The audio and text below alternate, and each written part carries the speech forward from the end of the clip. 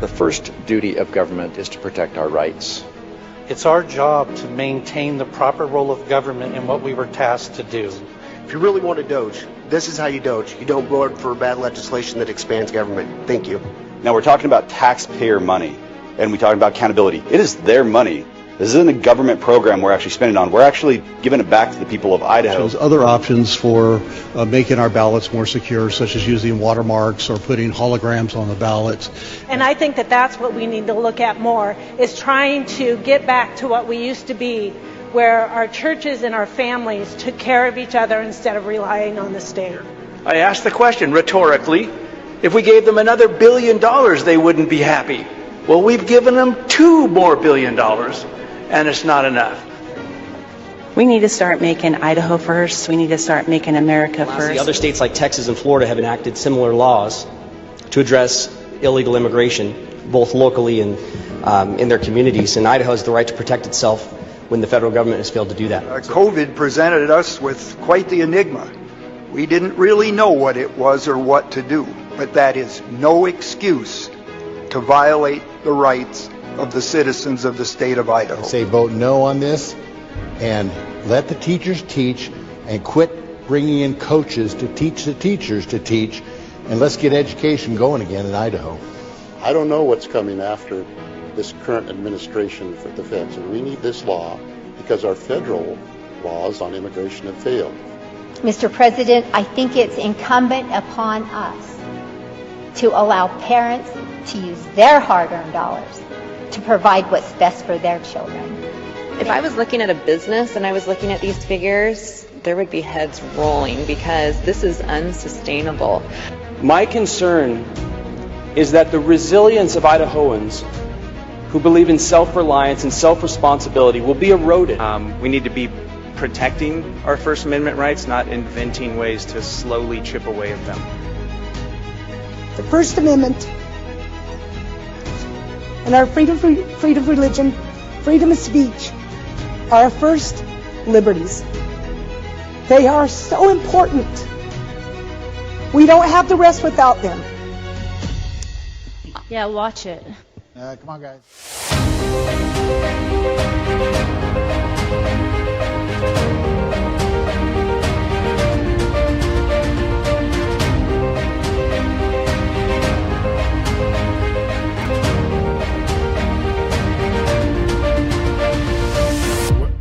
Well, good morning, everybody. Welcome to Idaho Signal. It is February 12, 2026. I'm Matt Edwards, and we are live on the program. Right now on the House floor, Representative James Petsky, looks like, is presenting Senate Bill 1225 as amended. And I don't think this is a particular note here, but we'll listen in a little bit as we get our bearings here. As we start this wonderful Thursday afternoon. We just won't put in jeopardy those people who are applying for the job. It also says that the name of the sole finalist shall be made available to the public for no less than 10 days before the final decision is made. And this is really important because what this means is that in the end, when a finalist is chosen and the person is named, the public will still have a 10-day period to have input on that person before they are officially hired. So there will still be a public check and balance on this process. With that, Mr. Speaker, this bill came out of the Senate 34-0. We are trying to move it fairly quickly because this is obviously an open position right now and we want to get this moving forward. So I would encourage a green light. Thank you. Ladies and gentlemen, you've heard the motion. For debate on the motion. Hearing none, hearing no negative debate. Debate is closed. Question is, shall Senate Bill 1225 pass? All right, so we'll watch the vote here. Once again, this allows the, when they're searching for a college president, it allows only the first college president finalist to be posted instead of requiring all five. So if you follow the procedure on how they select college presidents, you've got one person here who's against it, Gannon. We'll check in with Gannon maybe and find out why he's opposed to it. But here it sails through and it heads to the governor's desk. And we're going to keep tabs on the House today. Let's see what the next bill, you can leave the live shut up. We'll see what the next bill comes up. But we have... well, this is it, folks. Here it is. We have a lot to cover today from the House Education Committee. Very busy this morning and yesterday.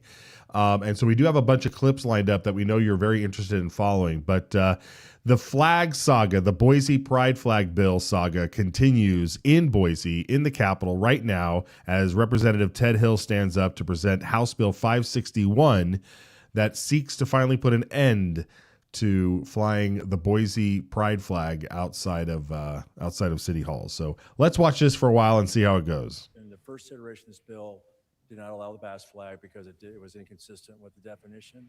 We were able to close that, and we will have the Basque Autonomous Community flag. It is allowed, and you'll have the letter on your desk. It's a letter from the Legend Dakari, president of the Basque community, that he says it is used for all official acts in Basque and Spain. So that's adequate. It fits the criteria. So the Basque flag is going to be allowed in this bill. The reason why I'm going to do the general order is a carve out for anything that is an advertisement, graduation pictures, and those type of things on city flagpoles that aren't religious, political, or ideological. They're great. That's fine. So the carve out there was a little extreme, and I think that's going to be fine. So all those flags will be fine. Banners, it's just they can't put up the ones that are. So it's going to be Christian flags or whatever. It's going to be whatever inappropriate on the city. Remember, the reason is the city should not actually sanction any particular effort. So that is my objective, and I send it to general orders. Unanimous consent has been requested to send House Bill 561 to general orders. Is there objection? Hearing none, so ordered. House Bill 561 will be placed on general orders. The House will now have before it House Bill 520. Good gentleman, 23. Mr. Speaker, I ask unanimous consent to dispense with reading of House Bill 520. Unanimous consent has been requested. Is there objection? Hearing none, the gentleman has the floor. House Bill 520 is a update from House Bill 9 from last year from the Office of Administrative Hearings. It just lays out and standardizes the information that has to be provided by agencies to citizens and businesses who have the right to a contested case. Thank you, gentlemen. You've heard the motion. Is further debate on the motion? Hearing none. Hearing no negative. Gentleman, 26. Mr. Speaker, for debate, please. Gentleman has the floor. In a former life, I spent 20 years on a local planning and zoning commission. This is something that local entities have struggled with forever. This bill, my indigestion with this bill is it says you have to give written notice to people within a certain area. Case in point, we had an ordinance within I'm making it up. But a couple all right, let's we'll dip out of this for a while as they do some of these more technical bills and get to what we wanted to get to today. But we'll keep tabs on that. It looks like the flag bill is going to general orders so they can reword some more things on this. This has been a saga, and we talked about this before. How this is a very hard thing to legislate, and in the end, you just got to elect the right people. Let's bring in Brian Allman here if he's ready. Brian, it's good to see you this morning. This real quick on this flag bill, sending it to general orders. I didn't quite catch exactly what he wanted to do. Maybe he didn't want to tip his hat on what they're going to do. Did I miss something in there? Was there something that he specifically wanted to address in general orders? What it sounded like to me is that he wanted to add in a carve out for flags or banners that advertise city events or graduations. You know how sometimes you go through a small town and they've got little banners with all their high school graduates on the flagpoles. That's been brought up in committee several times. And so it sounds like he's been talking to folks and wants to amend it to allow that. Because under the existing text of the bill, those would not be allowed because they're not the American flag, the state flag, the city flag, the military or tribal flags, university flags. He also said something about a letter from a representative of the Basque community. I didn't quite catch what that was about. So I don't know if they're going to make any carve-outs related to that, which was, of course, in the original draft of the bill earlier this year. Yeah, which I get it. If you carve it out for the Basque community, what about, native tribes and all sorts of other communities? That's the slippery slope you go down. I don't get it. It's so frustrating. And this is why it's frustrating to have government be involved in this situation, because yeah, it's get new leadership in your city. Well, but that's the problem. I think the people of Boise support, at least the majority of voters that turn out within the city of Boise support flying the pride flag. Yeah, that's it. Do we as a state have a have an ability to say something? I mean, I think legally, yes. Cities are not autonomous entities. They're not sovereign. They're not like the relationship of states to the federal government, where states have certain rights that the federal government cannot infringe upon. Cities themselves are just subdivisions of the state. They were created by the state for the purposes of organizing people and, local government, handling services like, police departments, fire departments, etc. So it's not like, they can say, no, you don't have a right to tell us what flags we can't fly. Yes, the state does. And if the people of Idaho, through their elected representatives, disagree, then, they can make that change next May. That is what is going to make it happen, is voting these people out. I mean, that's it. Because look, you can, I mean, they can put bunting around the entire building. That's not a flag, right? That's not a flag on a flagpole. They can put those. Don't give Mayor McLean any more ideas. I mean, why not though? I mean, that's the whole point, is like, no matter what you try and do, she's just going, her and her ilk are just going to circumvent whatever it is you tell them. They have control of your city. Okay. You should, in fact, you know what? I'm going to flip my position on this. Let them fly it. Let them fly it in your face. Okay. They have flipped you. They own your city. The Alphabet Mafia owns your city. What are you going to do about it? Pride flags everywhere, right? Put them up and down the street. Do the crosswalks. Do the murals. Harvey Milk Boulevard, right up the Capitol. Like, just do it. I mean, this is if this is what's going to take for people to show up and vote. I've said this before. All you have to do is vote. In the entire human history, Brian, throughout entire human history, you don't like your regime, you don't like who's in charge, you had to kill people for it. Your sons and your daughters went to war. They raped and pillaged your village when they come in. All we have to do is vote. And if the city of Boise is truly fallen, if it's truly just a baby Portland, then so be it. That's what it is. But you folks out there don't give a damn. Obviously. The state can't solve it. Sorry, Brian. Take a slightly contrary view on that, just because Boise has a unique status as our capital city, as our largest city, as our economic center. 105 legislators, most of them don't live in Boise, yet they come here every year for the session. People come and work in Boise who live in the outskirts of the Treasure Valley in Eagle, Meridian, Kuna, even Nampa, Garden City. And so their only recourse as they drive through this city, as they walk through the city, as they have lunch here, as they do their work there, is not through the Boise Council, because I'm speaking for myself as somebody who lives in Eagle but often goes to work in Boise. We don't have a say except through our elected representatives, and my elected representatives look like they, obviously Ted Hill, the sponsor of the bill, he's one of my elected representatives, so he's acting on behalf of those who don't live in Boise. And yet, this is what people see. People fly into Boise. The president can fly into Boise. I know, Biden did. Don't think Trump has recently. And dignitaries and businessmen from all over the world come here. And what do we want them to see? How do we want to represent Idaho in this case? So, yeah, the people of Boise definitely need to get up and get out. Having worked on a campaign for a candidate for Boise City Council last fall, I definitely get the frustration of Republicans and conservatives who live there and don't bother to vote either because they don't care about these issues or because they think their vote doesn't matter. I mean, there's a lot of people who are moving out of Boise because they think that their vote doesn't matter, that they don't have any control over property taxes and flags flying over City Hall and schools and all these things. So I don't know. I mean, it seems like the only solution is to write a line that says the pride flag is not allowed to be flown.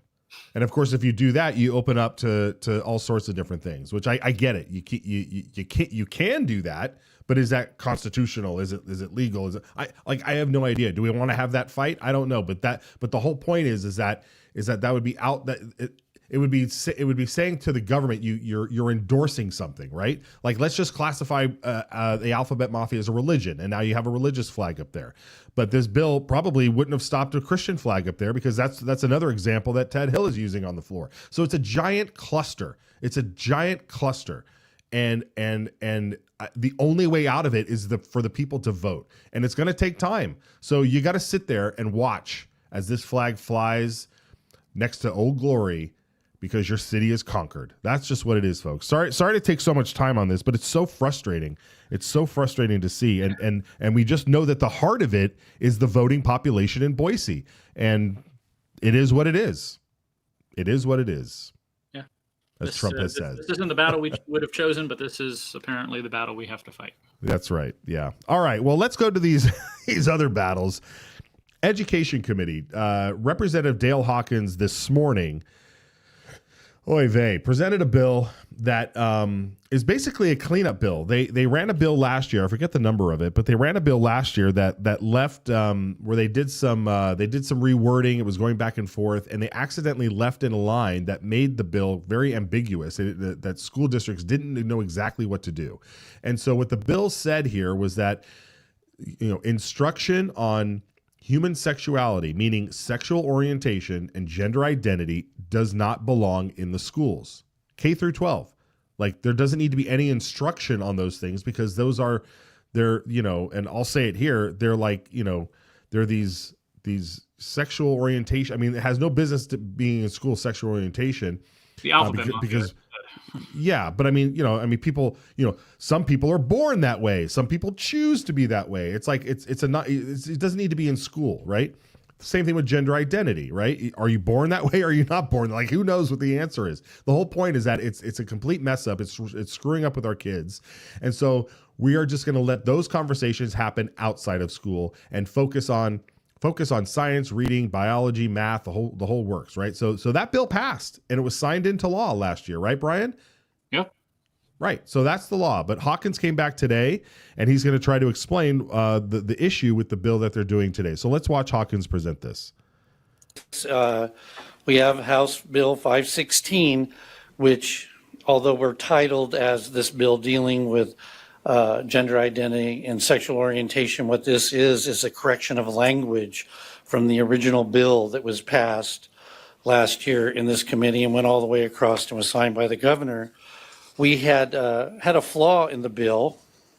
I take full responsibility for that. When this bill originated, it was a larger bill and it had two different things going on. It had this portion of the bill and it had some reporting of schools having to report the materials they were using in general education and had to upload it, and there was some confusion, and I thought we should separate those two bills. That other bill died in committee, and this bill went on. When this bill was originally written, these subjects were being taken out of instruction for K through third grade. Hence, the line was or in a matter that was not age appropriate in the entirety of that line, which would be starting at the end of 21 through Brian, 23. We're gonna cut into the House floor right now, real quick. We'll get back to this here in a second. They're doing the short-term rental bill. Let's get over here. Supreme Court actually heard a case of one such abuses and found unanimously in favor of the property rights. This came out of the Business Committee with only one no vote, with that gentleman reserving his right to change his votes on the floor. And so I'm looking forward to seeing the good gentleman from 15 shift that red to a green. Got to be careful about that good gentleman from 3. Thank you, Mr. Speaker. I ask for your green light to support private property rights. Thank you, gentlemen. For the motions, for debate on the motion, good lady 34. The gentleman from 3 yield to a question. Gentleman 3 yield. The gentleman yields. Gentleman yields. Mr. Speaker and good gentlemen, the bill calls for and allows for regulation and oversight of these properties by counties and cities, but on page 2, lines, oh my heavens, I need reading glasses, 32 and 33, it essentially says that you can have nothing that allows for a county or city to be able to determine where these properties are, who they are. How precisely is a county or city supposed to know who they can or cannot regulate? Gentleman 3. Thank you, Mr. Speaker and good lady from 34. So I believe that would be dealt with more on complaints. So if there's complaints for any of the reasons that we have listed here, then they would understand from the property owner that they were actually renting as a short term or long term or possibly living there. Lady 34. Mr. Speaker, to debate the bill. Good lady has the floor. Well, I appreciate what the good gentleman has attempted to accomplish with this legislation. He's essentially allowing for retroactive application of the law for those who have short-term rentals that may or may not be in compliance with the law in question. I have full respect for the rights of private property owners, which means I have respect for the homes that are located next to these short-term rentals. So in essence, we are relying on citizens to be the ones that are enforcing the law, reporting these individuals to their respective cities or counties to ensure that the law is being followed. I will also note that for this body, we have had a principle in the past of essentially saying, when you purchase property next to existing property that has certain rights associated with it, and from the gentleman on the back row who like to bring up ag exemptions, this is an ag one. When you purchase a home next to an ag property, we have said that there are certain expectations that come with that, whether we're talking about the sights, the sounds, the smells. You bought a home next to an ag property. As part of that decision-making process, you accepted what came with that property. The same goes for the purchase of these homes in residential communities. Well, you may be pursuing the opportunity to have a business that is reflected in the rental of that property. You did so purchasing it in a residential community that came with its own set of expectations for the other property owners. Whatever issues may exist within a local community about how those regulations are being handled, the courts have dealt with, as the gentleman from 3 just acknowledged in his opening debate. The regulations were found to be unfair and were addressed accordingly through the court system. I would ask this body to weigh closely whether or not it believes that we should have a carve-out that allows for very particular treatment for this particular practice, when in the past we have said, understand who your neighbors are, purchase according to what you are willing to accept as it comes to the neighbors in question, and then go from there. I encourage your red light. For debate on the motion, gentleman 20. Thank you, Mr. Speaker. I just want to declare Rule 80. My wife's a lobbyist. Thank you.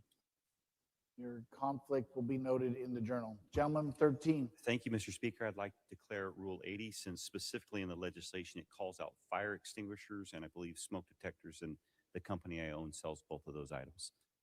Declaration will be noted in the journal. Gentleman 34. Mr. Speaker, Rule 80, I have some short-term rental. Gentleman's declaration to be noted. Gentleman from 23, excuse me. Declare Rule 80. Mr. Speaker, my wife has lobbied on this particular bill. Gentlemen, further declarations. Gentleman from 30. I'll join the party, Mr. Speaker. I'd like to declare a potential conflict of interest under Rule 80 as an owner of a short-term rental. Thank you. Gentleman 6. Thank you, Mr. Speaker. I'd like to declare Rule 80 as the owner of a short-term rental as well. Your declaration be noted. Gentleman 12. Thank you, Mr. Speaker. I'd like to declare Rule 80 as I also own that business that does fire alarms and fire extinguishers. Gentleman 27. Speaker, I'd like to declare Rule 80. I also own some short-term rentals. It's getting fun. Good lady from 18. Thank you, Mr. Speaker. Rule 80, ditto short-term rental owner. I'm going to be honest. I can't believe people rent from some of you guys. Gentleman 33. Mr. Speaker, to declare a Rule of 80, I'm staying in a short-term rental. I was hoping you're going to debate the bill. And to lightly debate the bill. All right, there you go. That's what I wanted to hear. Gentlemen, has the floor to debate the bill. I'd ask unanimous consent to refer to pending legislation, Mr. Speaker. Unanimous consent has been requested to refer to pending legislation. Is there objection? Hearing none, gentleman has the floor. Thank you, Mr. Speaker. Good body. This bill has been one of occasional sleepless nights for me. There are many communities who I represent who are deeply affected by this legislation. I was very grateful for the good work of our committee to bring this bill to the floor. And frankly, some of that public testimony and debate got me to my vote in committee. Since then, I have become aware of Senate Bill 1263, which also seeks to address this problem, and I think may reach a better compromise, especially based on some of the concerns that my good lady from District 34 has brought up. Mr. Speaker, a potential point of order. Yeah, point of order. I think legislation. My left eye doesn't work very well. Thank you. Gentleman from 13, would you like to state your point of order, please? Legislation was referred to, but not unanimous consent asked to refer to other legislation. Did I not? I thought I did, or did I not do that? I did think that, Mr. Speaker, yes. He did, and I did ask that. I was pretty sure. Now I think I'm going crazy, but I'm pretty sure we did that. I'm I still understand laughing about I all you understand if my read. Rule 80 was so distracting that the It was. unanimous consent got lost. I think it was the humor that got us all off track. Okay. Good gentlemen, would you continue your debate, please? Mr. Speaker, it is my intent to still support this legislation, as I believe, as the good gentleman from District 3 mentioned, that this is seeking a compromise that still maintains some of those mechanisms for our cities and counties to deal with these particular properties and this property use. But it is also my hope that the stakeholders will gather together and discuss both of these bills and take the best parts from them and bring us back an even stronger solution. Thank you. Is further debate on the motion? Gentleman 28. Mr. Speaker, I rise to debate in favor of the bill. Gentleman has the floor. Mr. Speaker, this issue has been going on a long time, and I've got a friend who owns 3 rentals, short-term rentals in Pocatello. They just bought one a couple of years ago in Lava Hot Springs, and they've had considerable problems developing that. It's a 60-year-old home. It was quite a bit run down, and the cost for just installing the fire suppression system under the Lava Hot Springs regulation was over $50,000. The system itself was about 20, but they had to supply a second water system, dig up the city street, run a big line in, and installing the fire suppression system, they destroyed the radiant heat system in the ceiling of that house and had to install an entirely new HVAC system. They were also told that if they made this a long-term rental, none of these ordinances would apply. It was only if they were going to rent for 28 days or shorter. They were restricted on the number of people in the home. It's a 2,100 square foot home, which under their regulations would allow 12. But if they kept it down to only 10, they would not have to meet some additional restrictions on what they can do with that piece of property. This morning, we get an email from the mayor of that community that says if we back off this bill, they'll back off their regulations. They know they've been making egregious requirements of those kind of properties, and it's time. Much as I have been a proponent of local control, they've gone too far. It's time for us to step in and do something about what's been happening and give property owners their rights back. Thank you. Thank you, gentlemen. Is further debate on the motion? Gentleman 15. Thank you, Mr. Speaker. To debate? Gentleman has the floor. I'm obligated to debate, I think, at this point. But this is probably one of them, to me at least, this is one of the most toughest bills to actually cast a vote on, because it presents a conflict between the valid rights of 2 different parties who are in conflict with each other. And I won't deny that or argue that there may not be some communities that have passed local ordinances that may go too far. But the problem with this bill is that it and creates an imbalance. But the problem with this bill, it creates an imbalance in the other direction. And that can be found on page 1, line 16. Because right there, it literally crosses out, literally eliminates any protection for the integrity of residential neighborhoods. That's no longer a factor. Basically, you can turn a residential neighborhood, and my district is wall-to-wall subdivisions, single home family subdivisions. You can turn that into a quasi-business district. And in fact, these short-term rentals are a business. They may be in a home built for a residence, but if it wasn't a business, it wouldn't have been sent before the business committee. You know, we heard some really compelling testimony from people, you know, kind of talking about how they use some of these short-term rentals for really admirable purposes. But what we didn't hear during committee was testimony from the out-of-state hedge funds that buy these homes in residential communities and set them up as businesses with no intention of ever having it be a single-family dwelling. And the protections in this bill, which are for noise and parking and garbage and things like that. The bill says, well, you have local ordinances. Well, those local ordinances work if you have two long-term residents living next to each other and there's a problem, because they live there and a problem can repeat itself and you can have law enforcement come out and deal with it. But when you have transient people going in there, living, on a short-term basis, every weekend is Groundhog Day. And law enforcement can't respond to these issues in a timely manner. So it's a false sense of security that you can just count on local ordinances to deal with this.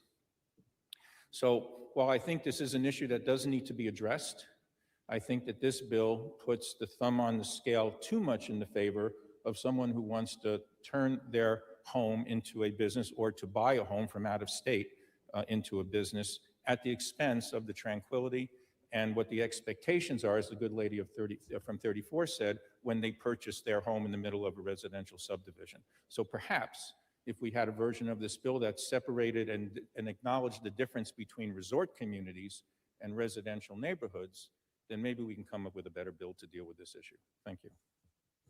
For debate on the motion, gentleman 17. Thank you, Mr. Speaker. I was wondering if the gentleman from 28 would yield to a question. Gentleman from 28 yield to a question. I yield. Gentleman yields. Thank you, Mr. Speaker. I was wondering if the homeowners in your example utilize the takings process that's in place when a property owner believes that they have been denied the use of their property rights to such an extent that the property is not useless. It is not useful. Gentleman 28. Mr. Speaker, and gentlemen from 17. I'm not aware of any process that they've used. They've simply tried to get along and manage their property to the best gain they have. Out of the 4 or 5 rentals that they have, their rental rate's about 95%. And this has been the most popular place that they rent in both communities. And it's been a good investment for them so far and will eventually become their forever home. For debate on the motion. To debate against the bill. Gentleman from 17 has the floor to debate. Thank you, Mr. Speaker. I just want to point out that there is a process when you believe your property has been taken because of a zoning regulation or some other ordinance, and you can ask for they call it a takings evaluation from the local government, and you can file a lawsuit over the situation if you're indeed being significant. Well, I don't know the legal term. I don't recall the legal term, but if you're substantially deprived of the use of your property. Thank you. For debate on the motion, gentleman 26. Mr. Speaker, for debate, please. Gentleman has the floor. To the good author, if we're going to do some woodshedding behind the scenes, one point of view we haven't talked about here is, in my view, it's treating everybody equally. And somehow a balance between short-term rentals and the hotel-motel industry, we need to strike some kind of a balance. If you've ever had a private business, when somebody comes through for an inspection, that's pretty much a bunch of costs to the business owner. If you look at all the regulations that we put on the motel-hotel industry, it would seem fair if we like those regulations, we'd put them on short-term rentals. And if they're not appropriate for short-term rentals, then why in the world are we putting them on the hotel-motel industry? Thank you. For debate, gentleman 2. Thank you, Mr. Speaker. To debate. Gentleman has the floor. I'm confounded. We live in a nation that prides itself on private property ownership. And as long as man can remember, it's been the achievement to own land and do with it what I choose to do. The reference to sight, sounds, and smells and living next to a farm I guess it's a long way from the 80s and Animal House, the movie. I don't know what signs, smells are coming out of short-term rentals. Or anyone who has a home that they've moved out of that they don't want to sell and that they've used it as a source of supplementary income. Since the beginning, men and women have sought to own land, and others have sought to control what they do on these other people's lands. Why don't we stop with the regulations? We've regulated ourselves to death. This is a simple issue of private property rights. Let people who own their land do what they would like. Further debate on the motion? Hearing none, gentlemen, care to close the debate? Thank you, Mr. Speaker, and thank you, good body, for the debate. A declaration of Rule 80 as well, as they were going around. I do have rental properties, including short-term rentals. Your declaration will be noted in the journal, good gentlemen. Continue to close. I think some of the debate obviously brought up some questions, and I'd like to address some of those. As the good gentleman from 28 mentioned, because they were over that 29-day threshold, they were required to do significant changes, and we're seeing that throughout the state, and that is not protecting property rights. The integrity loophole, to the good gentleman from 15, was what all the cities were essentially banning these on. That was what the use that they were using, and so that was the reason for the strikeout in the integrity there. This has been, again, debated for 3 years, and I understand that there is a competing bill over in the Senate, but my goal is to bring this bill forward because I believe that this bill is stronger in protection for property rights. I think also, to the good lady from 34, this legislation is needed so that we don't have to force our constituents to go to the court system every time there's abuse here. This is clarity for both the property owners as well as the municipalities to not bog down our court systems. And I understand the thought of, the neighbors, but I believe, like, we talk about local control a lot here. The localist control is that property owner. They should be the ones in control of their property. Thank you, Mr. Speaker, and I ask for your green light. Thank you, gentlemen. Debate is closed. Question Judicial House Bill 583 pass the House.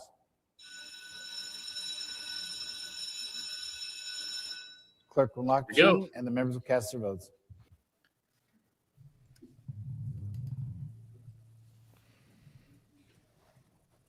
Well, there it is. Just a Has every member voted? few holdouts there, Brian, as we watch this short-term rental bill, House Bill 583, sail across with 54 aye and 16 nays. Most, looks like all Democrats and all Democrats. Anyway. 9 Democrats, 7 Republicans in opposition, it looks like. Yeah, very good there. And we've like we've said before, we've had Melissa Radford. We showed her testimony on the on this bill during testimony. She's been on the program a couple times as we followed the journey of this bill. It's not just that this is an important bill for property rights, but it's such an amazing journey to watch constituents talk to their representatives and senators, head down to the Boise Capitol, talk with other folks, try to find a way through. Find success in one house and then find defeat in another. There she is, and here we are once again getting through the House. So we'll see how this bill goes over on the Senate side, even though there is a competing bill over there, and we'll of course follow that too. What did you think of some of this debate here? I mean, we might as well talk about the property rights issue here, Brian. Well, this is the same debate that came up last year when Senator Nichols had her chicken bill. The idea is that on the one hand, we have private property rights. We can do what we want with our property, whether it's, open it up as a short-term rental, like an Airbnb, or have chickens in the backyard, so long as there's enough room.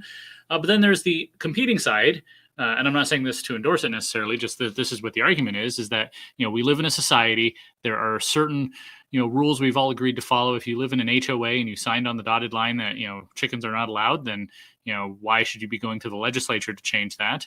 And same thing with the short-term rentals. Cities already regulate what can be in neighborhoods. You can't put up a butcher shop in a residential neighborhood in most places. I'm sure there's some where you could pull that off.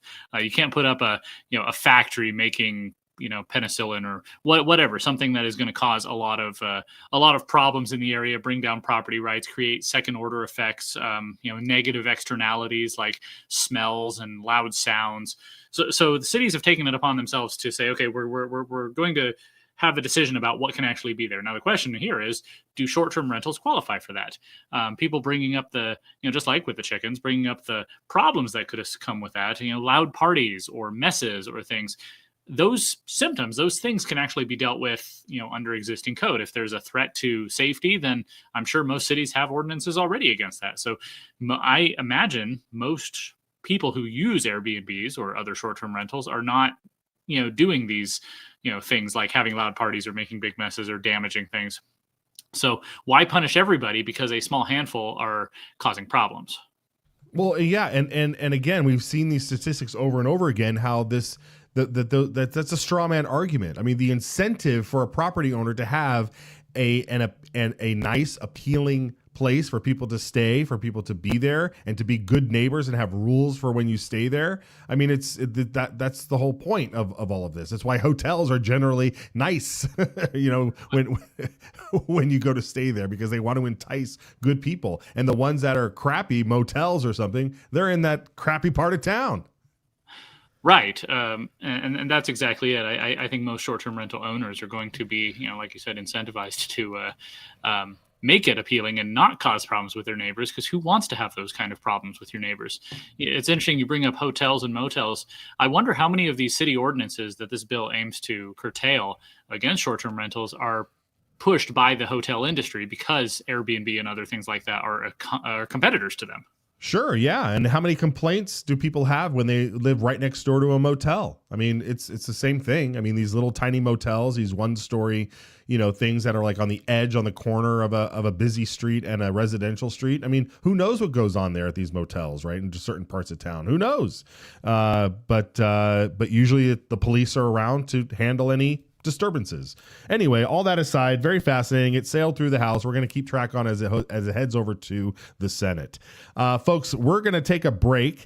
We'll be back. We'll try and restart our conversation here with Representative Hawkins's bill, and he did a fantastic job bringing it all back home today on the floor on that bill too. But we'll take a break. We'll take a break. We'll come back and we'll check it out. We'll see you right back.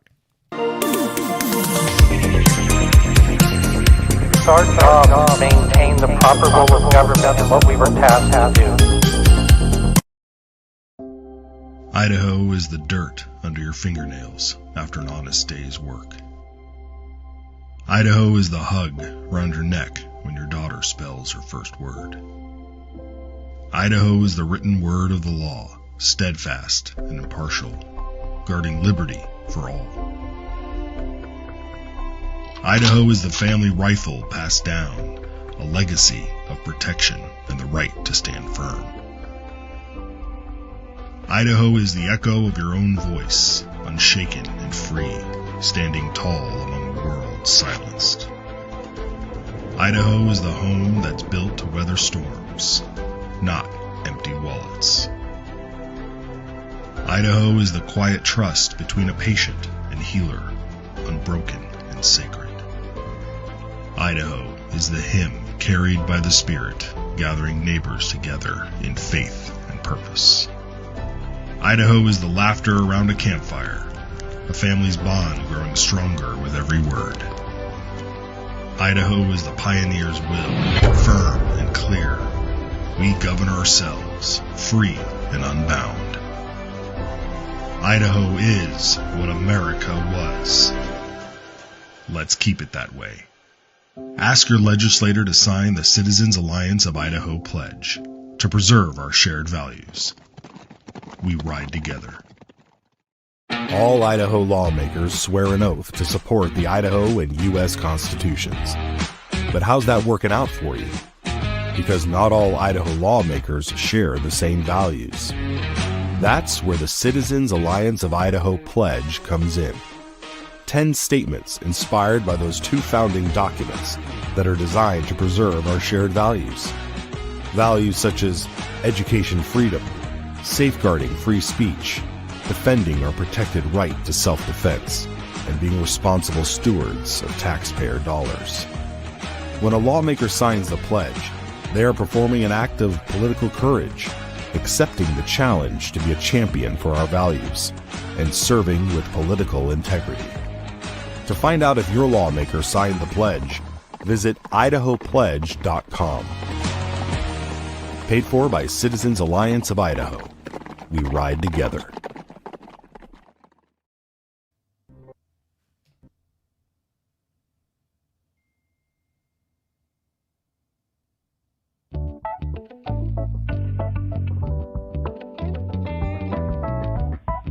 Hi, this is Rhonda from Emmett, and I'm actually listening to your recording for today because I wasn't listening live, but the portion on Phil McGrain and talking about people moving to Idaho, I guess because we're the red state, they're all coming, and the influx is registering Republicans, so we become more red.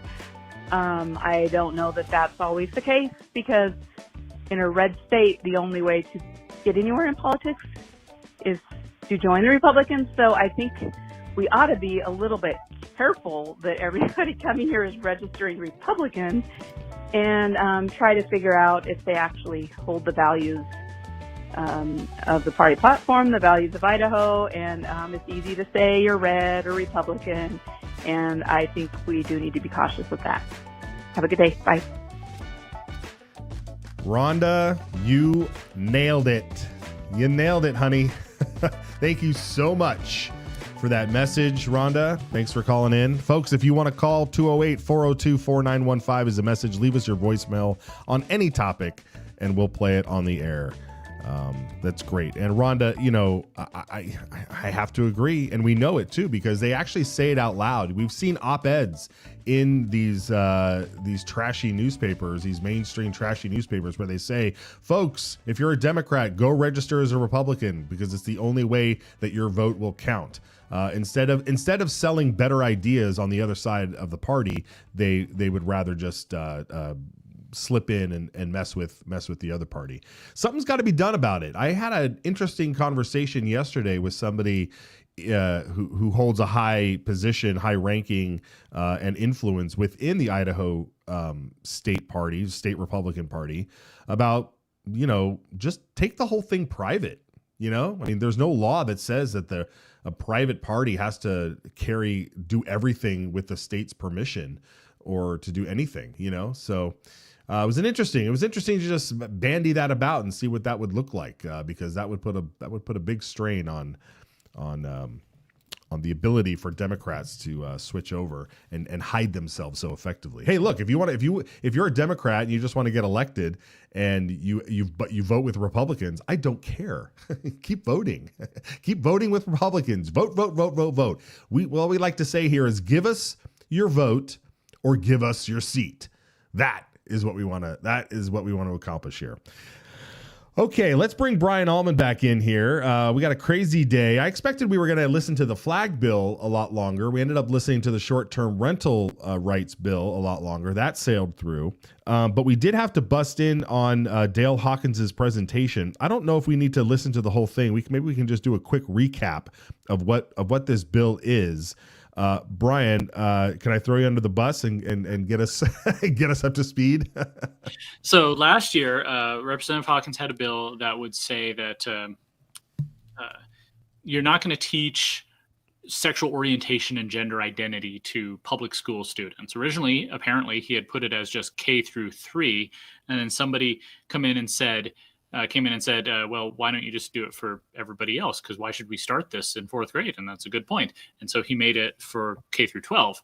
But apparently there were some leftover lines from the original version of the bill left in the text, and it's created, he says, some confusion. And so today's bill was not about necessarily this issue. It was just about cleaning up that code to remove the remnants of the original draft. However, that didn't stop, the Planned Parenthood lobbyist and several others from testifying against it because they don't like the whole idea of stopping instruction of sexual orientation and gender identity in schools, because of course that's how they get your children, to put it bluntly. Yeah, nice fine point on it. Yeah, let's Let's listen. Let's go. Let's listen to the Planned Parenthood argument here, because again, they're trying to rehash. They're trying to rehash the bill from last year, which at any opportunity they can to try and keep a bill that has some unambiguous language in there that was left over. That means, because what that essentially means, Brian, is that like it's a little unforceable, right? Because it's like, well, we can't say, well, we don't really understand what this means because this language in here was left over and we don't really know what to do with it. The people who are against this being implemented like that status, because then they can just play dumb and allow things to continue. Let's listen to the Planned Parenthood lobbyist here. Chair and members of the committee, my name is Misty Deli Carpini Tolman, and I'm the Regional Political and Idaho State Director for Planned Parenthood Alliance Advocates. We are here in strong opposition to House Bill 516. House Bill 516 removes K-12's ability to teach age and developmentally appropriate sexual orientation and gender identity topics in schools, effectively erasing LGBTQ history or current events from educational lessons. For example, under this bill, a teacher could be barred from teaching about the previous U.S. Secretary of Transportation, Pete Buttigieg, or banned from discussing the impact of Harvey Milk or Alan Turing. Under HB 516, even discussing women gaining the ability to vote or wear pants in the early 1900s would be interpreted as teaching about gender identity. The broad and vague terms used in this bill are not clearly defined and could have far-reaching consequences that create immense censorship. Prohibiting discussion related to sexual orientation or gender identity does not set students up for the real world or for success. LGBTQ issues are part of major legal cases, public policy debates, scientific research, and civil rights movements. Students must be informed in order to think critically about social issues. When you erase sexual orientation and gender identity from education, you distort reality and hide critical information that students will undoubtedly encounter in the real world. Recognizing that diverse families and students exist is not indoctrination, it's honesty and it's reality. The bill is not about correcting a technical error. This bill erases LGBTQ people from schools, from history books, and from society. We urge you to oppose House Bill 516 and instead devote your energy to policies that will truly improve the health and well-being of Idaho youth. Thank you for the opportunity to testify. Okay, thank you. We have a question? Okay. Yes. Representative Harrison. Thank you, Mr. Chairman. Ms. Tolman, thank you. In listening to your testimony, I guess just a little confused. You do know that this is already law, and it's just clarifying that it is not supposed to be taught, or that we're clarifying that striking the age appropriate because it's not taught in 1st through 12th grade. So I'm not looking for a long, response. I'm just asking if you do realize this is clarifying that. Thank you. Go ahead, Ms. Tolman. Thank you, Chair. Representative Ehart, for that question.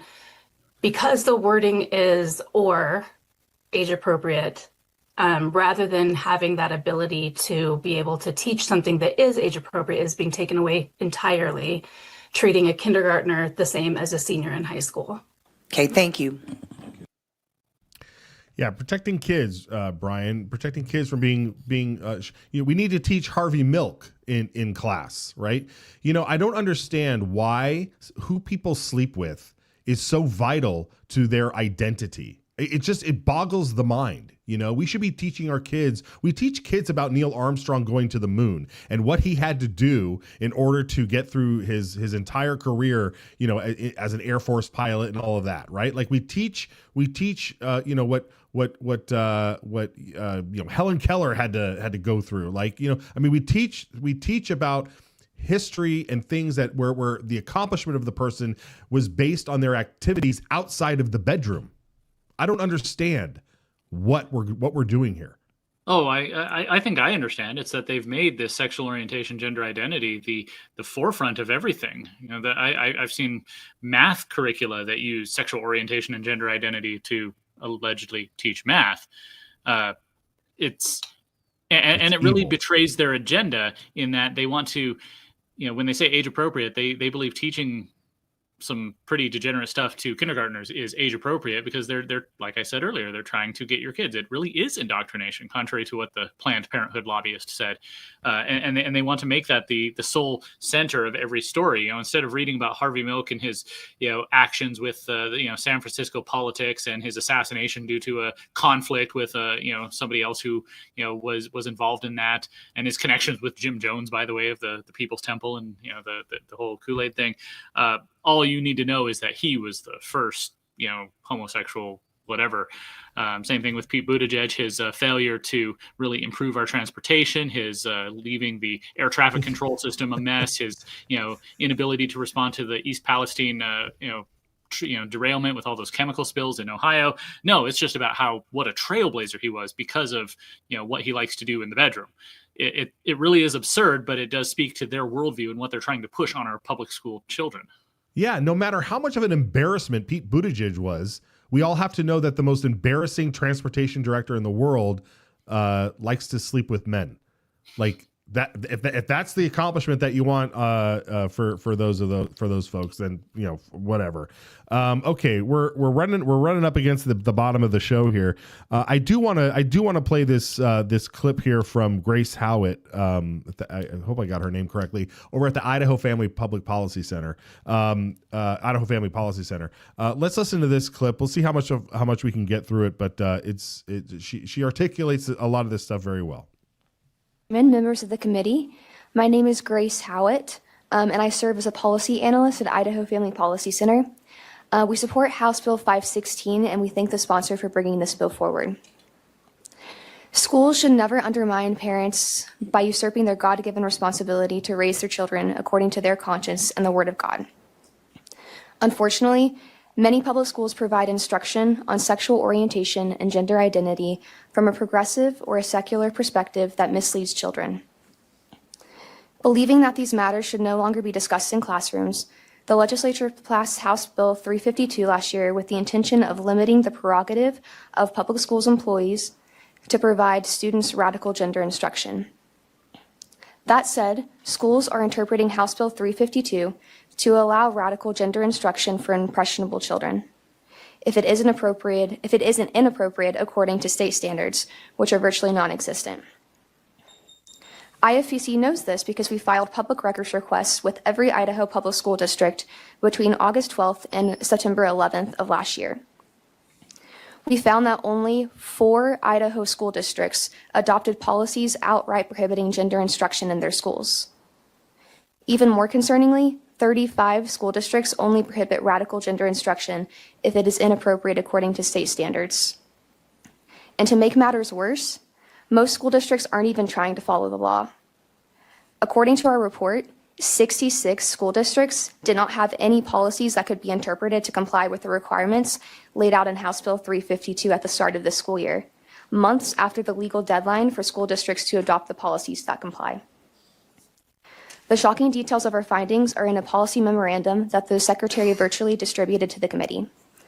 And with that in mind, I ask you to ensure that children are not indoctrinated with unbiblical, radical gender instruction at school by voting to send House Bill 516 to the floor with the due pass recommendation.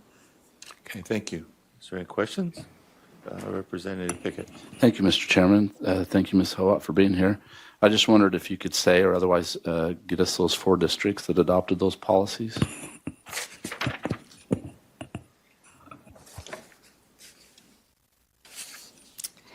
Mr. Chairman, Representative Pickett, those 4 school districts were Kuna Joint District, Lakeland Joint District, Nampa District, and Salmon District.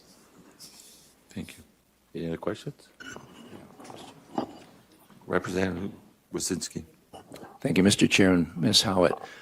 Just to put it in perspective, how many total school districts are there in the state of Idaho? There are 116, and 107 responded to our public records request.